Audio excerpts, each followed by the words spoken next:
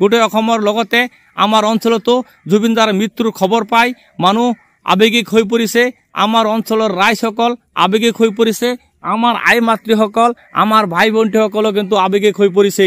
ইয়া চাওক, জুবিনদাৰ মৃত্যুৰ খবৰ পাই আমাৰ অঞ্চলৰ গোটেই অসমৰ লগতে আমাৰ অঞ্চলৰ মানুহবিলাকো আবেগিক হৈ পৰিছে। কোনো কাম বনত যোৱা নাই, কোনো বেপাৰ বাণিজ্যত যোৱা নাই, সকলোৱে মিলি জুবিনদাৰ মৃত্যুৰ শোক প্ৰকাশ কৰিছে। কাৰণ জুবিনদা আমাৰ অসমৰ সম্পদ আছিলে। জুবিনদাৰ কেতিয়াও অদ্বিতীয় নহয়। হাজাৰ জন্ম হলেও কিন্তু জুবিন কেতিয়াও জন্ম নহয়। আপোনালোকে কথাখিনি মনত ৰাখিব বন্ধুসকল। ইয়া চাওক, এই চেণ্টাৰটোত কমচে কম 500ৰো অধিক দোকান আছে। ইয়া চাওক, ইতিমধ্যে আমাৰ অঞ্চলত তথা আমাৰ গাঁৱত কোনো ব্যক্তিয়ে কোনো বেপাৰ বাণিজ্যত যোৱা নাই, কোনো কৰ্মত যোৱা নাই, সকলোৱে মিলি জুবিনদাৰ মৃত্যুৰ শোক প্ৰকাশ কৰিছে। ইয়া চাওক, স্তব্ধ হৈ পৰিছে। চাওক, কোনো দোকান, কোনো দোকানীয়ে, কোনো ব্যৱসায়ীয়ে, কোনো কৰ্মক্ষেত্ৰত কোনো যোৱা নাই, সকলোৱে জুবিনদাৰ মৃত্যুৰ শোক প্ৰকাশ কৰিছে। জিলাৰ অন্তৰ্গত তিনিঠেঙীয়া গাঁও তথা তিনিঠেঙীয়া চেণ্টাৰ।